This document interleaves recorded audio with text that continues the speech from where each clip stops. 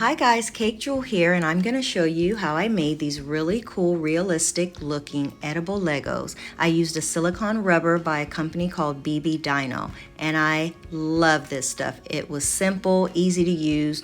You just mix equal parts of A and B. I used a scale to make sure I had exact measurements.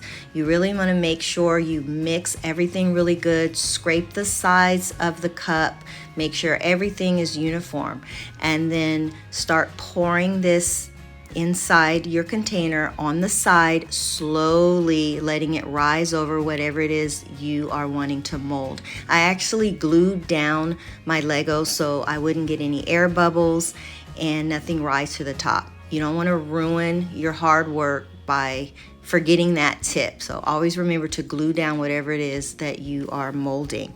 I actually made 2 of these because I'd like to have more Legos molds to be able to work with at one time.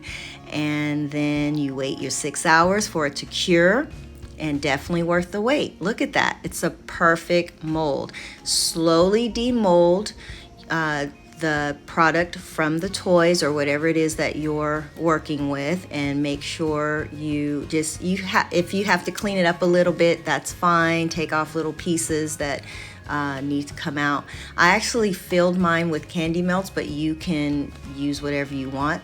I set mine in the freezer, let it get hard for a while, and then you just demold your blocks. And look at that, perfection. I went crazy making these things, and I just kind of put them around the cake, and everybody loved them.